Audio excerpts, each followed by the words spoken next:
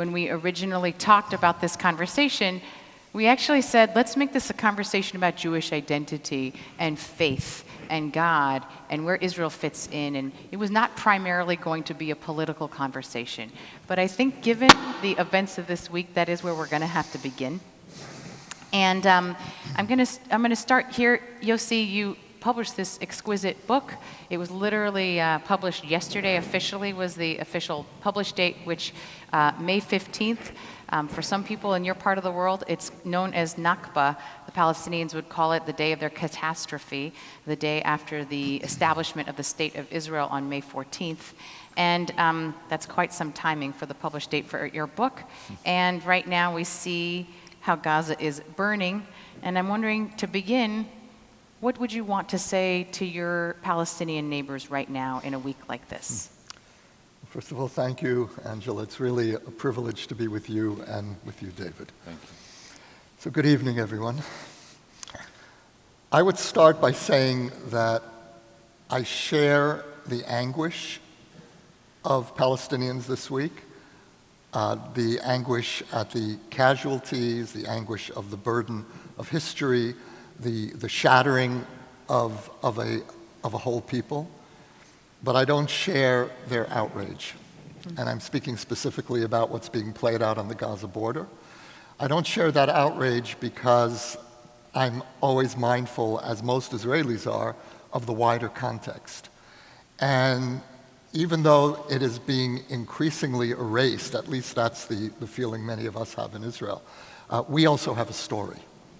And we have a story that is not being heard in the West in the way that when I was growing up, the Palestinian narrative was not heard.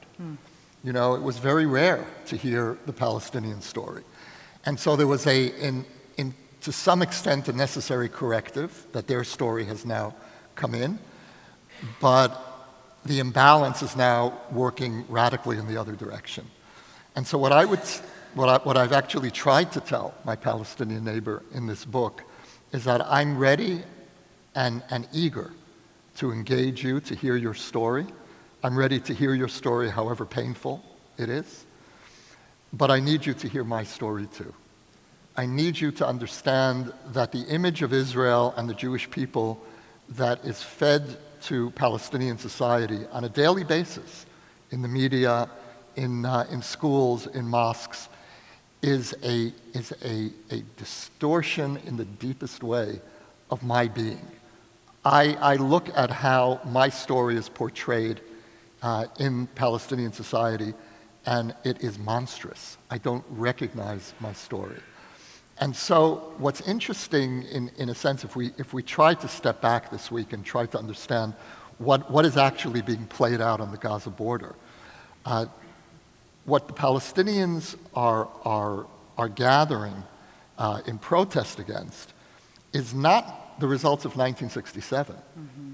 And many of us in Israel believe that if we were to uproot every settlement tomorrow and withdraw to the 67 borders, that would not substantially alleviate the Palestinian grievance, which is against my existence. Mm. It's a grievance over 1948. And Gaza is the classic test case of that. When Palestinians say they want to go home, Palestinians living in Gaza, my response is, where are you? You're living in a part of Palestine. You're living in, right now, the only part of Palestine that has a semi-sovereign government.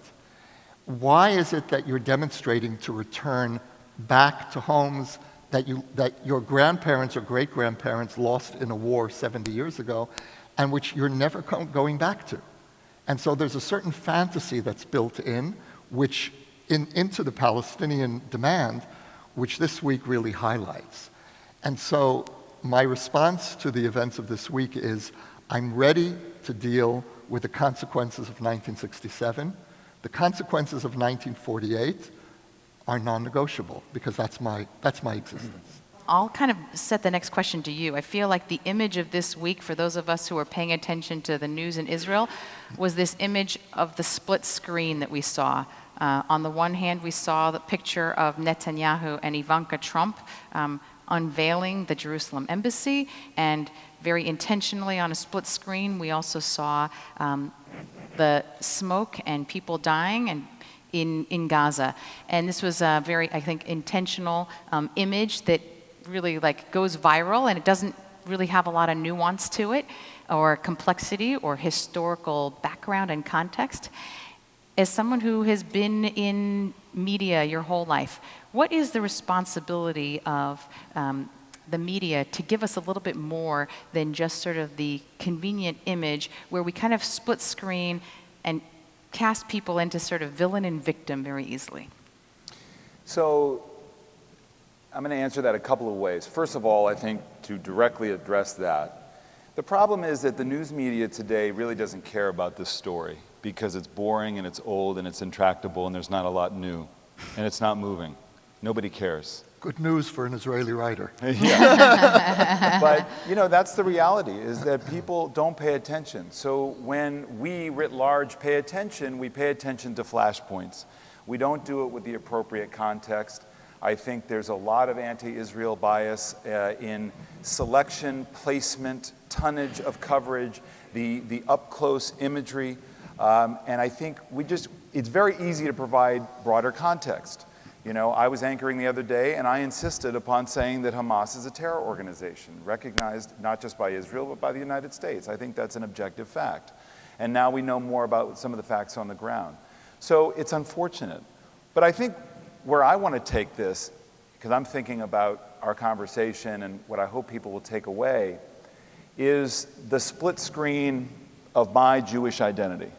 That's what played out for me this week. Because I will agree with Eric in a way that he and I actually won't agree with. And that is that Israel is too central to our Jewish identity, he said. I agree, except I'll put the emphasis in a different way. It's too central to our Jewish identity. What's happening in Israel today is tragic, the loss of life, the attempts to breach the wall and to ultimately deny our Jewish story and the Israeli Jewish story, to displace Israelis. That's tragic too. But the notion that we have to begin here on this topic also bothers me, because the question of Israel's politics and its reality and the negotiations and life with the Palestinians reaches my head and it reaches my heart, but it doesn't always touch my soul. And I think that we have to find the proper balance of dealing with a week like this and mourning it in all of its complexity, but also not letting it overshadow how we think of ourselves as Jews in the rest of our day and the rest of our week. So I'll maybe just set it up that way. I'm definitely going to follow up on that in a minute, because I would push back, as a person who does not fully understand my Jewishness without an Israel. I think that each one of us has very different views on how central Israel should be, and I want to come back to that. But sticking with the split screen image for just a little bit longer, Yossi, I want to push on, I think, the very different split screen experience of, let's say, Monday, if you were in Israel, an Israeli, or an American Jew. And I would say that the vast majority, actually, universally, essentially, the embassy move was a historic celebration for Israelis. And split to American Jews, I think there was a lot of complicated feelings around it. There were people who were very upset about it. You had, obviously, what was going on in Gaza, which, I think for most Israelis, while there's great pain around it, there's not a lot of moral ambiguity that this is their right to defend themselves. I think American Jews, there's a lot more hand-wringing about, is this what needs to happen? Are they taking excessive force? I think that in Israel, on the very same day that all these things were happening on Monday, there were 10,000 Israelis in Rabin Square celebrating that an Israeli had won the 2018 Eurovision competition. With this awesome song, this woman doing a women's empowerment song with a joyful vibe, Neda Barzilai. And it was completely, I think, unexpected. And when there was talk about boycotting Israel for something like this, the fact that that Israel won was enormous. And this, by the way, is almost completely off the radar of a typical American Jew that has no idea. So you've got kind of this incredibly different experience of a historic day in Israel on Monday where all of this was going on, where an Israeli would experience this in a very, very different way from the split screen of an American Jew. What does it feel like to be an Israeli in America when all this happened? And what's your sense of what this says about the difference between diaspora and Israeli Jews right now? Yeah, well, if we're speaking about a split screen, I really live in some sense between these two centers of Jewish life. I grew up here until almost the age of 30, and my career has really been writing about Israel, from Israel, for American Jews primarily. And so I never actually left this community. And the growing dissonance between these two centers of Jewish life, which is really what you're describing, David, is increasingly painful for me. And I feel that I'm seeing the project of my life, which was really to try to be a kind of an interpreter to these two communities. And I try to play a similar role to Israelis speaking about American Jewry and what has happened in American Jewry since I left in the last 30 years, the renaissance in parts of the Jewish community, and what are the hurts and disappointments toward us, toward Israel, that American Jews, I feel, are rightly expressing.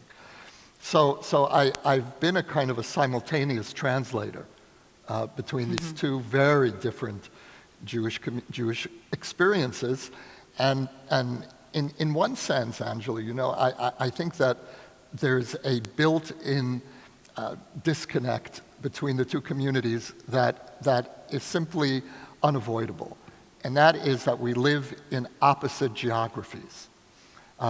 In America, you live in the freest and most accepted diaspora that Jews have ever experienced, the most welcoming. And in Israel, we live in the most hostile region, the most dangerous region on the planet.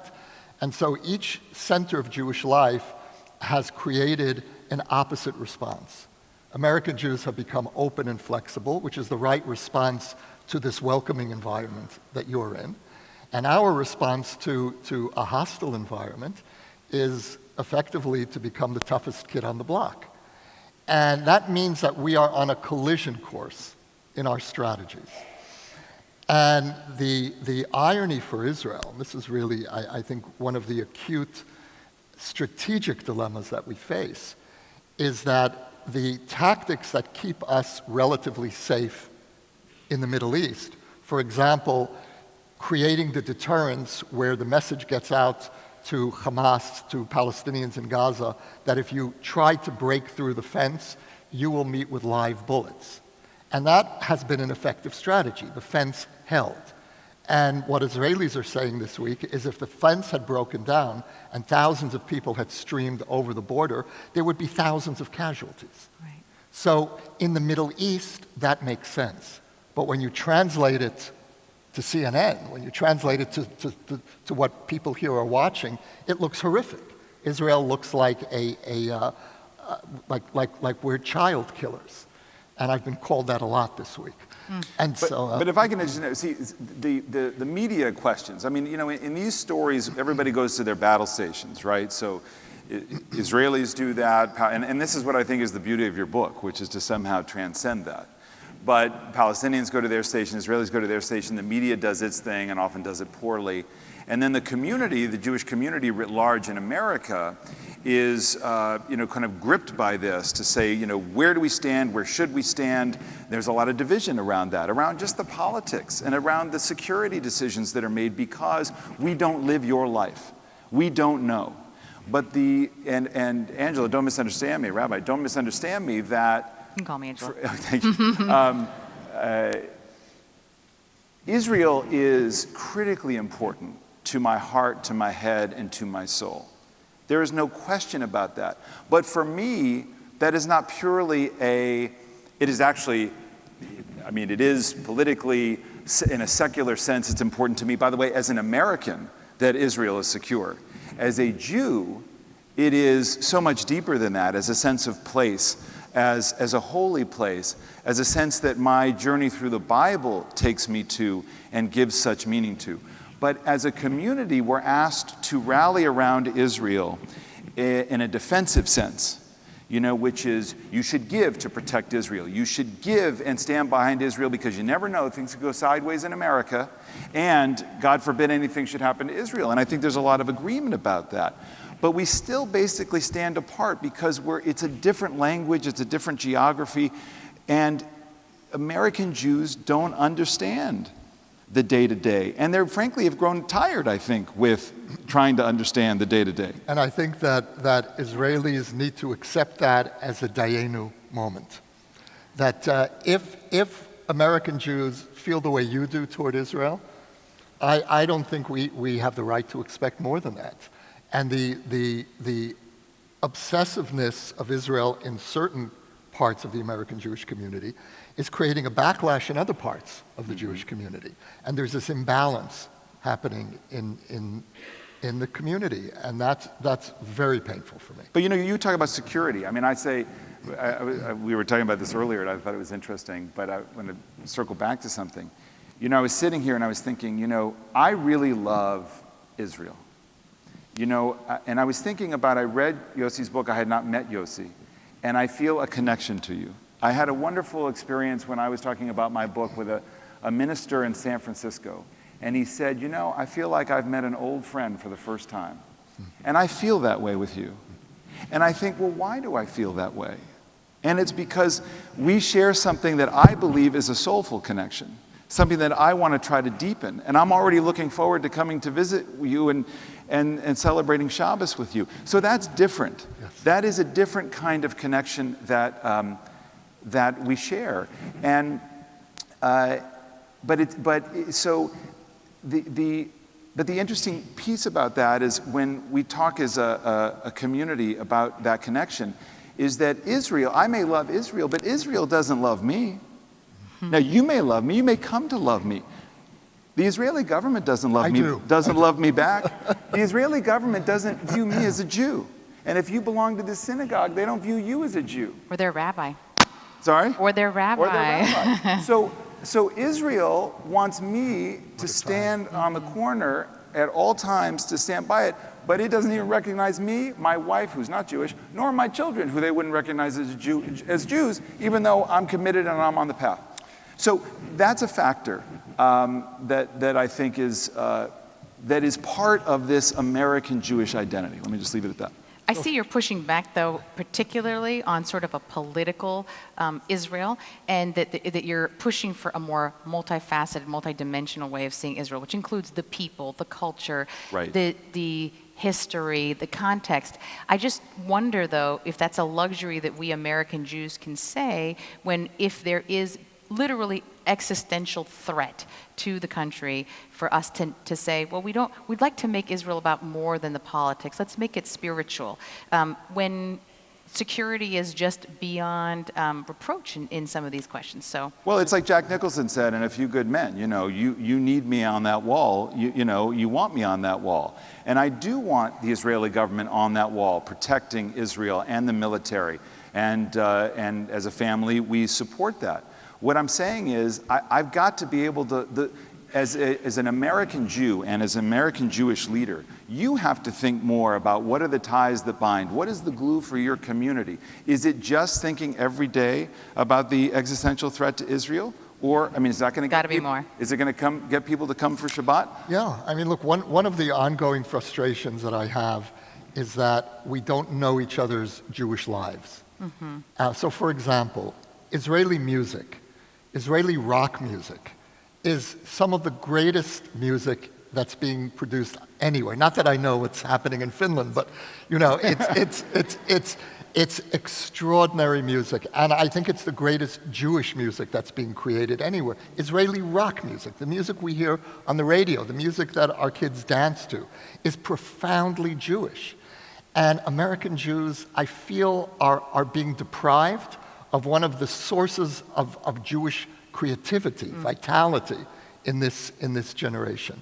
And at the same time, Israelis have a very superficial and one-dimensional idea of what American Judaism is and don't understand the different forms of experimentation. And what I try to tell my fellow Israelis about American Judaism is that American Jews, those who lead a committed Jewish life, actually feel joy in their Judaism. That's a very strange idea for Israelis. Israelis feel very proud to be Jewish by and large.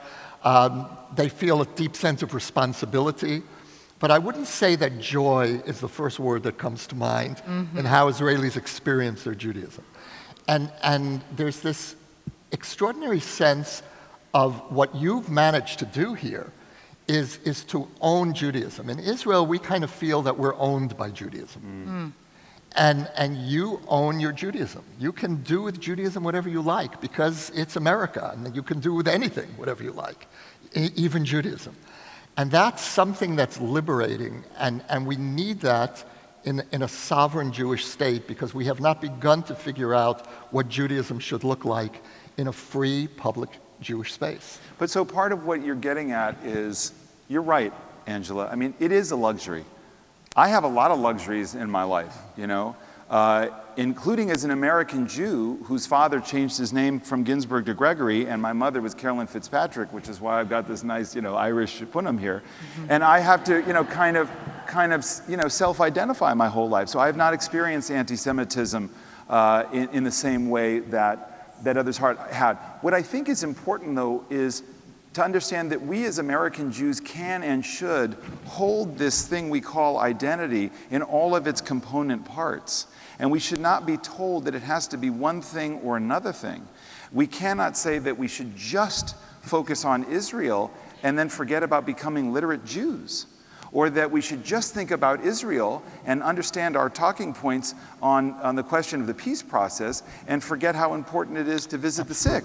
And so that's what I'm saying. That's where the breakdown is happening. Now, I respect and admire all parts of Jewish organizational life, but I guess I really kind of want to lift. And the thing is, Yossi, what I come back to is I was so moved by your book, and I bought 4 copies because. Did you hear that, everybody? 4. Because I would love you to inscribe this to my wife, who is not a Jew, for whom the question of Israel is complicated in our family life. And I think that you speak to her about us in a way that I love. I want you to inscribe it to my daughter, who is just about mitzvah, because I want her to begin to feel what I feel in my heart about what it means to connect to our Jewish brothers and sisters in Israel and why that should matter. And I think you have a kind of lyrical way to explain that to her. So I'm just a believer, like, let's just get the balance right and pull all this together. You know, if I could just say a word about the balance and where I feel each community has something to teach the other. What we in Israel need to learn from you is to take the quest for identity seriously. And that's what I love about your book. And Israelis tend to take identity for granted. It's the air we breathe. Right. You don't have to think very deeply about being Jewish in Israel. And most Israelis, frankly, don't think deeply about those issues. That's a strength and a weakness of having a sovereign Jewish state. And where I think that American Jews can use some infusion of Israeliness is really what you were speaking about a moment ago, which is taking existential threats seriously. And my nightmare of a dysfunctional American Jewish-Israeli relationship is that each community will take on the attributes of its geography. And so Israel will become increasingly Middle Eastern. We will become increasingly brutal. We will be brutal Jews. And American Jews will become what my father, a Holocaust survivor, used to call stupid Jews. And a stupid Jew is somebody who has lost the ability to deal with existential threat, who doesn't even understand that Jews can face existential threat. And so we need to have these conversations because each community has really developed a certain approach to Jewish life that the other community really needs to hear. I think we do have a lot to learn from each other. And I think one of the things that gets in the way is the way, and David, you started talking about this, that each community feels a little bit hurt and betrayed by the other. We could talk a little bit about how I think the American Jewish community feels hurt or betrayed by the ways we feel that we're not acknowledged, we're not given rights, our Judaism, pluralistic Judaism is not valued in the same way, certain democratic values are not valued. But tell us the ways that you see Israelis feel in some ways betrayed by the American Jewish community. Okay, before I answer that, I would just like to affirm the other part of that equation, which is that I really do understand why American Jews feel betrayed by Israel. And as somebody whose deep commitment is Jewish peoplehood, I feel betrayed as an Israeli as well. And what I try to tell my fellow Israelis is that in some way we don't deserve the love of American Jewry. Now, I don't really believe that, and I wouldn't say that to American Jews, but You just did, but that's okay. but I for 70 years, the state of Israel has been insulting and humiliating diaspora Jews, and at some point there's a price to pay for that, and the current drift, alienation, is in some ways a belated expression of that hurt. And so that's one side of the equation. The other side is this deep sense of hurt, and I would even use the word betrayal, that many of us felt during the Iran deal debate. And in Israel, the overwhelming majority of the political system, from the Labor Party rightward, opposed the deal. Something like 90% of Israelis opposed the deal. You never can get that many Jews to agree. In Israel, on anything. Yeah, on anything. Amazing. And so, let alone getting Saudi Arabia and Israel to agree about Iran. And yet, large parts of the American Jewish community either stood aside or actively supported the deal. And I experienced that as a blow, really a blow to the heart. I wrote an op-ed right after the deal passed, in which I addressed the American Jewish community, and I said, for the last years we've been getting messages from you about how alienated you are from Israel, so let me return the favor. I am hereby divorcing. And I have spent 30 years going back and forth between these two communities, and I'm finished. Wow. And fortunately, I never sent it out. Well, and, Yes, fortunately. I mean, I would kind of respectfully push back on that and say, there are things the Israeli government does with regard to its security, its politics, within its domestic politics, that I may agree with, may not agree with, may feel distant from, but it is at that level, there's a family aspect of it, and I'm going to say, okay, that is what it is. The Iran deal, I'm a journalist, I studied this, I scrutinized it, I asked people about it. It's complicated. It's really complicated. I don't know if it's the right thing or the wrong thing. I'm just, I've taken a decent look at it. I'm not sure. I've talked to people on both sides of it. I'm really not sure. But it was the United States government's position that it took, and it was its deal. And so the notion at the peoplehood level, I get worried about us allowing ourselves to contemplate separation, let alone divorce, by the actions that our government takes, because we are still family, you and I, and we are connected wherever we may disagree or see past each other. What you remind me of is really important, because you say to me, listen, you do have certain liberties in America to pursue Jewish identity and spirituality, and I'm high profile, and all these doors open up to me, and that's great.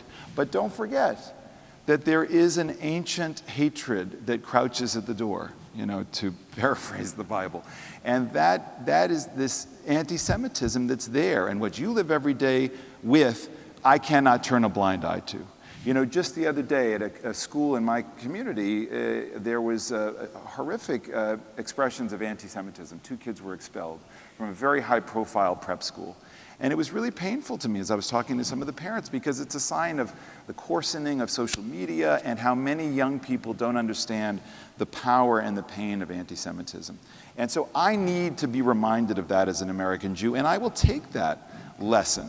But I want to just say a word for God here, which is, you know, the reason why I feel so strongly about Israel is that when I have visited Israel, I have felt very close to God. It is a powerful, soulful feeling to be there on Shabbat, to be at the Kotel, and I am even willing to deal with all of the mishigas about the fact that I can't take my daughter to the same part of the Kotel, and nor will I go as a family if I can't take her. I'm going to put that aside and be judgmental about it, but I'm still going to love it, and I'm still going to love the people, and we're going to have to learn how to deal with these, what we may see as betrayals on the part of our government, to stay connected as a people who try at least to understand each other in the same way you want us, you want Israelis, you want American Jews to understand the other in among Palestinians. See, I feel very strongly that the future of our relationship are exactly those issues that today divide us, and that is Judaism and how we express our Judaism. That's the shared project that Israelis and American Jews really need to put on the agenda. And for those of us who are trying to live God-centered lives, I think that that is the area that we haven't even begun to explore, which is what does it mean to be living at this moment in Jewish history after all of the great Jewish dreams and nightmares happened in the generation just before us. We were born after the great dreams and nightmares happened. You know, for thousands of years, Jews carried a dream of return to the land of Israel, and carried another dream that they would find safe and permanent refuge. They would be able to be at home where diaspora would no longer be exile. And the great nightmare that Jews, the great fear that Jews always carried, was that one day our neighbors would just gather us up and destroy us, a final solution. And so the great dreams and nightmares all happened. And we haven't begun as a people trying to process how that's affected our relationship. Who are we? What's our identity? What does it mean that you're living one form of dream that has been fulfilled? And that was a deep dream that Jews carried. We thought we had it in Spain in the 1300s. And we kept hoping this time this is it. So even as we had this great dream of return to this lost homeland, we also had a parallel kind of subversive dream that we would really be able to find home not there. And so in our time, we have found home in our homeland and in a diaspora. And so how do we unpack that, and how does that express our faith? Because what does it mean to live after the Holocaust, to live after the creation of Israel, after the emergence of American Jewry? What does that mean in our very complicated relationship with God? What does it mean in our complicated relationship with each other? And this is why I really believe that this is the most interesting and exciting moment in Jewish history. I really believe that. With Shavuot coming and, standing at Sinai, maybe since Sinai, this for me is the most amazing moment. And these are the kinds of conversations that Israelis and American Jews need to start having. And so that I really agree with that. And I think Rabbi Sachs wrote about Shavuot, and he talked about the importance of the Jewish calendar as being these things that you don't write on a to-do list, but you write in the diary, because it's really a more permanent. And so Shavuot is to remind us of the moral code by which we live. And I think, if I come, to shul to hear you, Rabbi, I want you to help me think about, how I keep ascending in my Judaism. You know, it's interesting. When I was in Israel last, there was a group of us, and it was the first time I'd been to Yad Vashem. And we met afterward with President Peres. And it was very emotional for me because it was an emotional day. But I was less emotional at Yad Vashem because I was more kind of emotionally disciplined in that moment.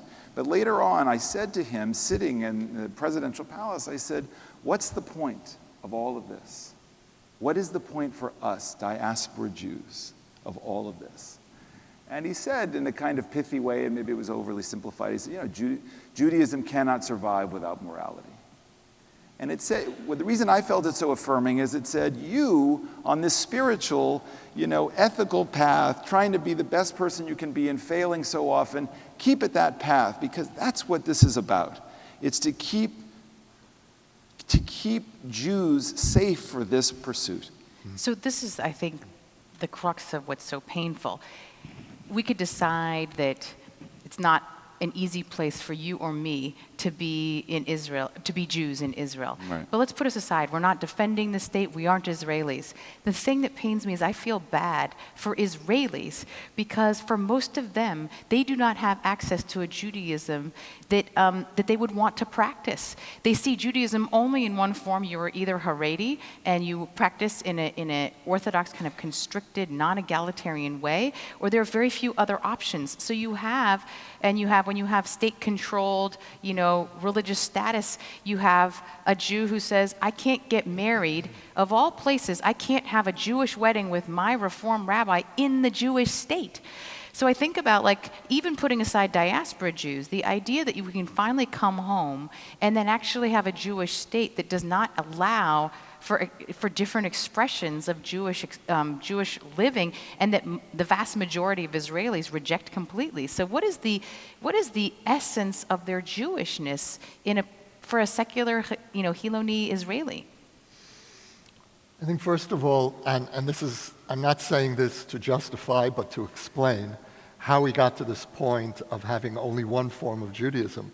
The overwhelming majority of Israeli Jews have family roots in countries where there was no alternative religiously to Orthodoxy. And that's either Jews from Eastern Europe or from the Middle East. Mm-hmm. And so those attitudes were transplanted disastrously, from my point of view, to Israel. I do see the beginnings of change, and I would urge American Jews to pay closer attention to what is beginning to stir on the grassroots. I think that one of the things American Jews tend not to understand about how Israel works is that Israel doesn't work from the top down. What the government does and what our institutions do may or may not matter. What really is the conduit of change comes from below. That's how the settlement movement, for example, was established. The government didn't establish the settlement movement. The settlement movement created what they call facts on the ground. And what I urge the liberal denominations to do is create facts on the ground. So, for example, the wall. There is an area of the wall which is still available for egalitarian prayer. Now, the deal that was rescinded has deprived the Reform and conservative movements of control of that area. But egalitarian prayer is still permitted there. Yeah. Now, the deal should never have been rescinded. It was outrageous. It was a show of the worst kind of bad faith. On the other hand, there's an area of the wall that is there for prayer, for meditation. My wife, Sarah, and I, Sarah, who's here with us, we're meditators. Sarah runs a Jewish meditation center in Jerusalem, which you're all invited to. And our favorite place to meditate at the wall is the egalitarian area. And I say that not to praise the liberal movements. The reason it's our favorite area is for not a good reason. It's the quietest part of the wall. Now, why isn't there nonstop egalitarian prayer at the space? The government has created an opening. Rather than just focusing on the cancellation of authority for that space, use that space. Don't just use it for bar and bat mitzvahs. There should be round-the-clock prayer. You can go to the wall at 3 in the morning, and there are Haredim praying. Go at 3 in the afternoon to the egalitarian space, and you might see Sarah meditating there. But that's about it. And that's a problem. That's really a problem. And so I just needed to get that off my chest. Yeah. Can I ask you, Rabbi, how you think about if we seem to be talking about the ability to hold certain parts of this relationship up at the same time? So, I mean, as I've thought about this and as we're talking about it, there's very much the kind of the Jewish nation family story.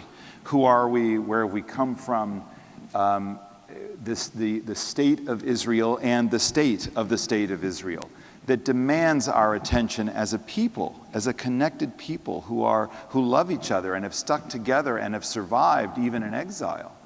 And then, so that's an important conversation. Then there is the question of faith, of relationship with God. So I guess my question to you is, how do you think we can do a better job, and you as a leader, to pull these strands together so we as your followers don't feel like it's dominated by one to the exclusion of the other? Well, I remember a beautiful teaching Yossi gave around the Six-Day War, in which you said the way that Jews understand God is not necessarily just through nature or through the ways that often other traditions think about God, but through God who acts in history, who acts like through acts of not necessarily intervention, but ways that we think about that. And so for me, I think just being able to uphold a sense of hopefulness is an act of faith, is a way that is kind of intertwined. Also, I think engaging with Israel on a level that is much deeper than the political level. That's, I guess, a part of it. And it is about loving the people who are there, loving the culture that comes out of there, which I do listen to that rock music. And we have to talk about that. Yes. And I think, I remember a beautiful moment when I was in Israel just last summer, and I visited the place where Chaim Nachman Bialik, the kind of poet laureate of Israel, had started something called Oneg Shabbat in Tel Aviv, because he realized that in this secular city, he wanted people to have some observance of Shabbat. It still needed to be a Jewish city, even if it was totally secular. So he started this thing where people kind of came together. He created Oneg Shabbat, and they had, someone would give a little Devar Torah, but it was mostly filled with intellectual, secular Israelis. And I remember visiting the place where this happened and thinking about how that was such an Israeli thing. And then I went to this service on the beach with Beit Tfilah Yisraeli, and we were overlooking, the sea, and we sang Eli Eli with like 300 Jews who were from all over the world, and they were secular Israelis and religious Israelis and people from all over the world, and singing Eli Eli and looking over at this water. And then the next prayer was a prayer that was actually a Bialik poem set to kind of by an Israeli rock singer. And I was just thinking, this only happens in Israel, kind of the richness of the melding of like biblical and modern and religious and secular all together in this way, right in the places where all of this history happened of our people. To me, that was like this moment of like, this is what we cannot get anywhere else but in Israel. And it changes my sense of who I am as a Jew and my sense of connection to Jewish peoplehood. So I guess part of this is about being there and experiencing it, but it's also maintaining a sense of faith. I mean, I would ask you, Yossi, and I want to ask both of you about where God plays a role here, but if you think of a God that intervenes in history in some way, and that we understand God in the way that God plays a role, I think a lot of Jews, and you talked about your father, after the Holocaust, he decided, God's not deserving of my prayers anymore, which is such a Jewish response, because it's not saying God doesn't exist, it's saying God doesn't deserve my prayers, but God still exists. And then you said after the Six-Day War, that things changed, because we had a new kind of epic moment in Jewish history where God, saved us and redeemed us. In this moment, do you feel like God is playing a role in this moment, and are we being punished or rewarded? What is the role here? What is happening? Wow. David, I think I should defer this to you. This is a complicated one. It's interesting with my father, because I actually saw that pivotal moment happening. I was with him at the wall in the summer of 1967. That was my first trip to Israel with him. And I saw him pray. I saw him become a man of prayer. And my father became quite a devout Jew after the Six-Day War and died a religious Jew, very much a believing Jew. And what my father would say about the Holocaust is, there are certain things I don't understand and I'm just effectively putting on the shelf. And I also think that's a very Jewish response, is that after a while, you kind of make your peace with God, and then the relationship resumes. You know, I think of the Jewish relationship with God as this tumultuous love story. And sometimes God accuses us of faithlessness, and that's a large part of the biblical story. And sometimes we accuse God of faithlessness. You know, with Shavuot coming, one of my favorite Yiddish poets, Jacob Glatstein, wrote a poem about how in Sinai we received the Torah, and in Lublin we gave it back. And my father gave it back. After the war, he and I'd say his generation gave the Torah back. But then he and his generation began reclaiming it. And so what I write in my book is that I have a chapter in the book about the Holocaust and faith. And what I write is that I'm not the son of destruction, I'm the son of rebirth. And that, I think, is true for our generation. And so if my father was able to reestablish a relationship with God, then I certainly feel that I can do that. David, this is the journey of your book and of recent years, if you would just share a little bit of your own. You know, there's so much I don't understand about God, but I'm really searching. And I guess what I really believe, first of all, you talk about 1967, which is, you know, before my time, but I don't know how you can be a believing Jew who reads the Psalms and not understand what it is to have a longing for Israel. And so to feel that sense of redemption in a nationalist moment as a result of war is also a religious moment of a sense of a redemption. And, you know, I guess for me, you know, I feel like, as the Psalms always say, that the idea that I'm always seeking God's face and that I want to be close to God is what keeps me closer, as close as I can come, to being the best of myself, because God acts as an inspiration for hopefully the best of myself. And then I bring that down to the kind of community level, and then I hope it's a reminder that where I need God the most is on the Amtrak or in the airport, because that's where I tend to feel the most stressed, the most harried, the most entitled, the most aggravated, and where I'm most likely to forget, oh, you know what, this person has a job to do. This person's stressed out too. This person has been dealing with people who forget to see them. And so I was saying, Yossi, earlier that when I first started speaking about my book, a lot of federations would say to me, yeah, we know you've written this book about God, yet we'd prefer if you really didn't talk about that. We'd rather you talk about anti-Semitism and Israel and politics. Well, now in the Trump era, they said, listen, if you could just talk about God, that would be great. Don't mention politics, don't mention Israel. And I thought, part of me was like, you know, right on, let's go, let's talk about God. But then I realized that it's covering up something that's really pernicious in our community. And that is that we are losing a sense of who we're supposed to be. We're losing a sense of what God expects of us, which is to see each other as brothers and sisters, to respect each other, to say it's okay if we can't agree about our president. It's okay that we can hold on to these things. Let's just not stop listening to each other. We can disagree about Israel. We can disagree with you about Israel. But let's not forget that we're family, and that God is calling us to be the best of ourselves, which is to remember that everybody's going through a struggle. And again, I did then come back to your book, because the reason your book is so soulful is you're saying, I'm a Jew, I'm an Israeli, I have to be on this wall, I have to live with this existential threat, but you know what? I can also see the other across the wall and love that person, try to understand them, and let's try to keep that dialogue going. That's the inspiration for me. That's where God is for me, and I think God is present in all of that. Beautiful. I'm going to ask one last question, because this is your official book launch is happening here at Central, which I'm so proud that we're hosting. And then we will take questions for a little bit, and I'll ask one last question. But I wondered, you wrote this book to your Palestinian neighbor, and I know that you're, and from your introduction, you talk about that was your intended audience when you wrote this in a sense, and that you are translating this book into Arabic, and it's going to be free for anyone who would want to download it. Only in Arabic. You have to pay Only, for it. yeah, pay for it in English. Yes, we're going to buy it here. But you are doing your book launch in America, not in Ramallah, and you are doing it in a Reform synagogue. And I wondered, who do you imagine is your audience, and how did you want this book to be seen? So my primary audience is my neighbors. However many or few will read, I don't know. I'm going to really try to get this out there.